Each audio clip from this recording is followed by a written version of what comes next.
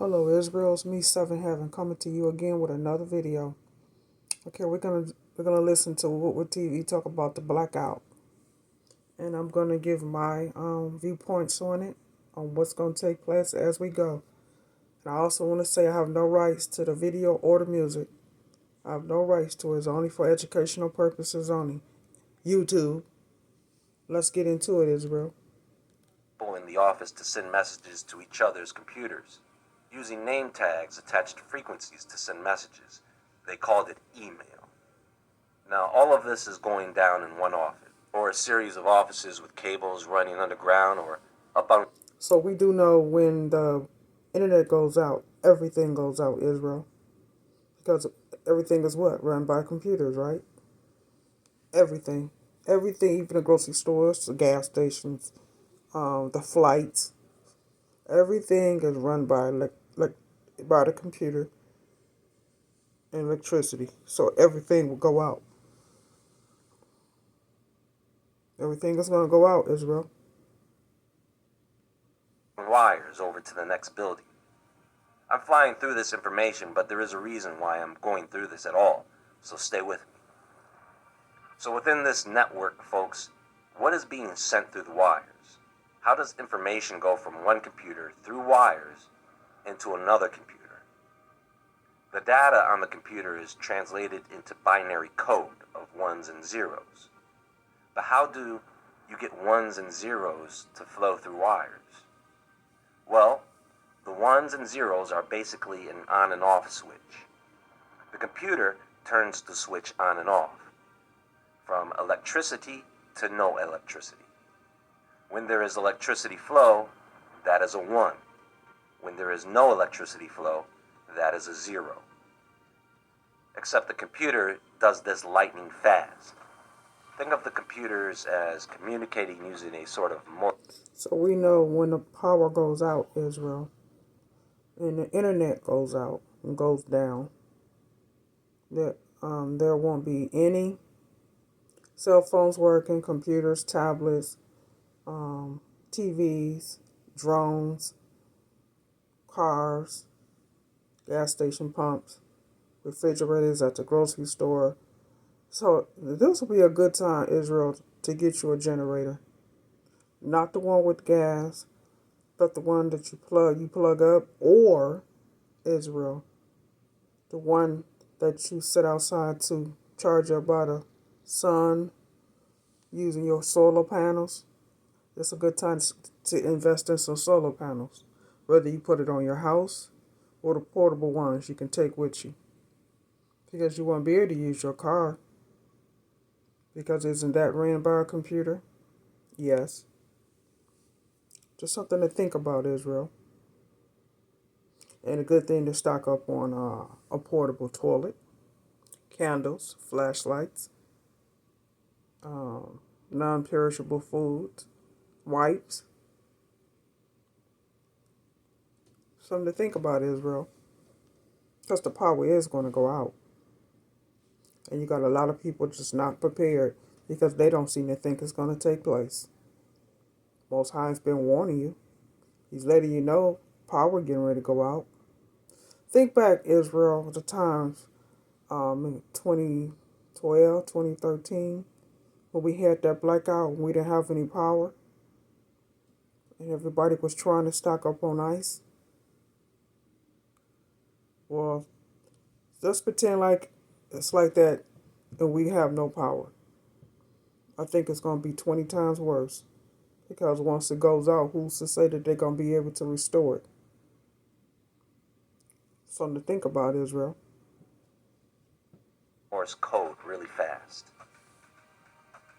In order to stop a closed system like this, you simply cut the power to the building. And then the process stops, right? But all the information and equipment is still intact. Once you restore power, the process can resume. If you destroy all the cables and wires, you only stop the process because those can be restored. So let's say if the power goes out or the internet goes out to knock out the power, or the power grid goes out or it's destroyed from disaster or the Most High or them than Israel. Who's to say that they are prepared to be able to restore it? It may get to a point where it's so bad that the power grids won't be able to get restored. So we'll be without power. Are you prepared for that, Israel? Because you got people that's on oxygen tanks, ventilator. You got people that's on breathing machines. Something to think about, Israel. You got some people that's bedridden, they can't move. You have some people that takes insulin to need the insulin to be refrigerated to stay fresh. So if your power's out, how you gonna keep your insulin fresh? How you gonna keep it refrigerated? Now it's a good time to not worry about what's going on in the entertainment business and focus on survival, because that's what it's gonna come down to, Israel. And nobody's getting prepared. Or replaced as well. Even if you destroy the computers, leaving the hard drives intact, you only disrupt the process. Everything down to the hard drives has to be destroyed in order for you to shut down a system like this completely, to where they would have to rebuild from scratch if they don't have paper documents or outside data storage, for example, backup files stored in a separate location. So you see, folks, it is not that easy to just wipe out a network like this. We've used this system in many places for a number of years, and then Tim Berners-Lee, a computer scientist born in London, gets himself a job at CERN. You know CERN, right? And the internet is born. So how is the internet so different from what I've just discussed? Well, what happened was, Tim comes into CERN, and after some time he begins to notice that there is all these scientists coming in from all over the world.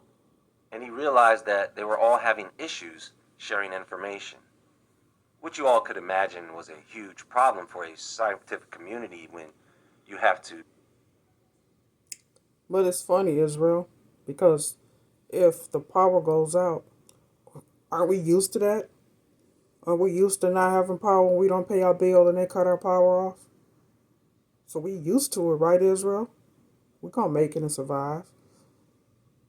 We're going to make it and survive if they turn our power out or turn the power out worldwide.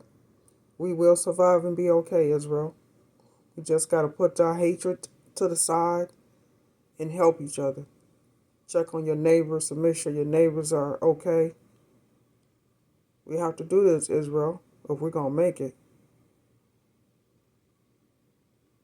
Communicate limited to the telephone and paper documents, right? Tim says in his own words, in those days, there was different information on different computers, but you had to log on to different computers to get at it. Also, sometimes you had to learn a different program on each computer.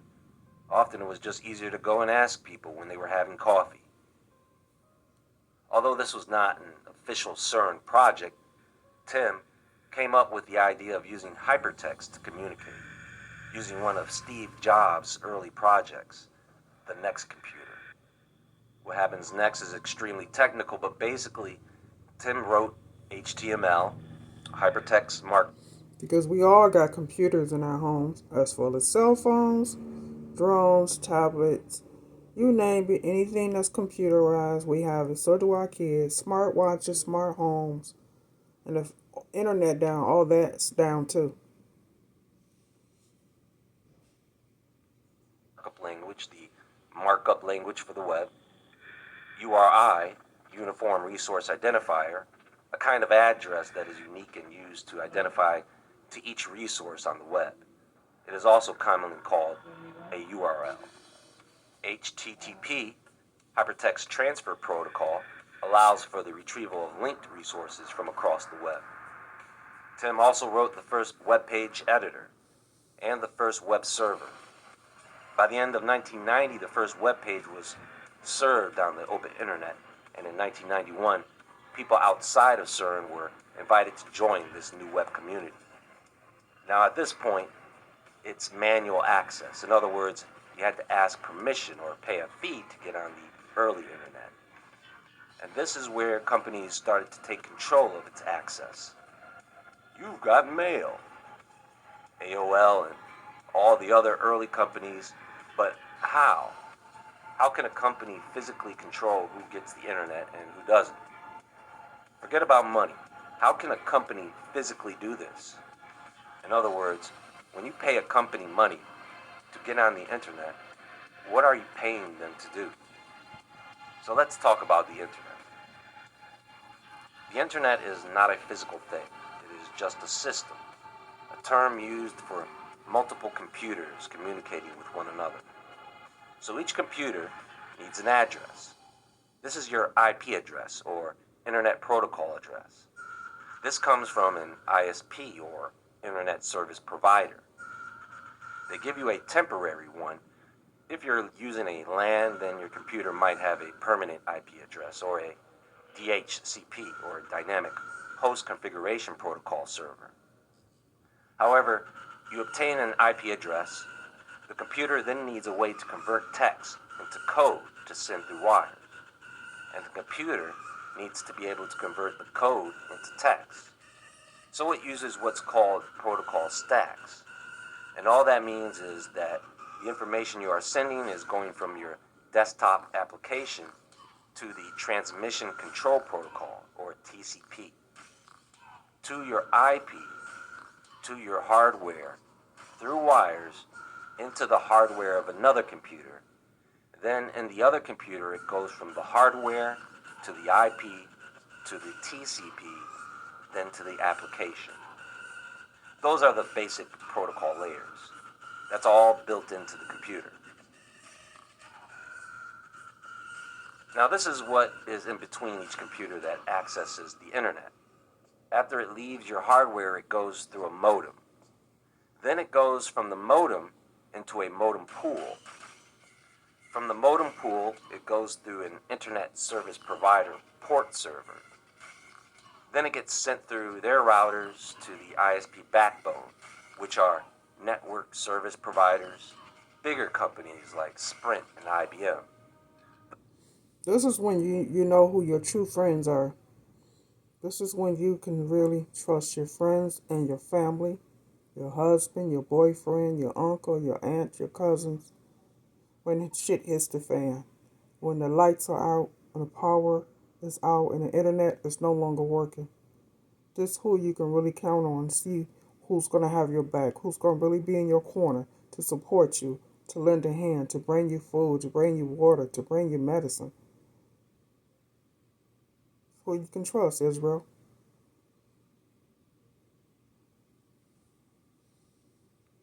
Those top companies then have their own networks between companies so that the data can jump through an exchange point or network access point. And this is done mainly using telephone wires. Now, I haven't gotten to the wireless internet yet. That's a bit different. The truth is the internet infrastructure has changed over the years and will continue to change, but this is more of a basic understanding of how we have been using this system. Wi-Fi eliminates a lot of the cables you would have to use to access the internet through your tablet, phone, or mobile device, and now desktop computers. This uses radio waves to send data short distances from a router. And of course, Bluetooth is a way to link devices at an even shorter distance, but not to access the internet. With Wi-Fi, of course, you have a few options of how you access the internet, such as tethering through your cell phone. So looking at the infrastructure, looking at how all of this is set up, what would it truly take to shut down a system like this? So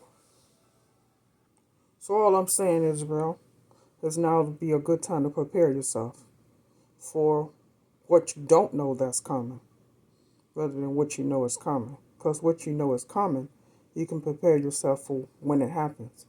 But when you don't know what's coming, it's what you need to prepare yourself for. So when that time comes, you all prepared for it. Especially if you got grandparents and kids. It would be a good time to stock up on food, canned goods, candles, flashlights, batteries, portable toilet seat, kitty litter to put inside the bucket when you use it. Because Israel, The power is going to go out. Can't express that enough. And you need to be prepared. That's one thing about us, Israel. We're never prepared until the last minute, just about when it's too late. Because these stores, as you notice, are running out of food and they're destroying all these warehouses. Trying to get prepared, Israel, because that day is slowly approaching. So, first thing, it is very or highly unlikely that the internet would go down accidentally or due to a natural disaster. There is too much hardware, not to mention satellites, and there are too many connections, whether that be a hardline or a wireless connection. The BGP, or Border Gateway Protocol, is what actually enables data routing to make the internet work by searching for all available paths and picking the best route. The cloud, that is just external storage using data servers. Now, the BGP can be hijacked, and information can be rerouted that way. Of course, data servers going down, whenever we are talking about hardware, those things can be replaced. In fact, they are replaced constantly because computer equipment constantly needs upgrades and maintenance, right? There is the domain name system, or DNS servers, that could be shut down, but that would only disable someone from finding a certain IP address. In that case, you would just use the IP address to access the site, if you know it. But see, they understand these weaknesses in the system, so they apply considerable efforts to keep these elements from failing. But even with those failures, we are still not looking at anything global here or nationwide. The internet is the connection of smaller networks. It is not something that can just be shut off, only controlled. So in other words, it would take government effort to control the flow of information. So you could block incoming traffic from outside a particular border. You could shut off DNS service, making the internet look broken.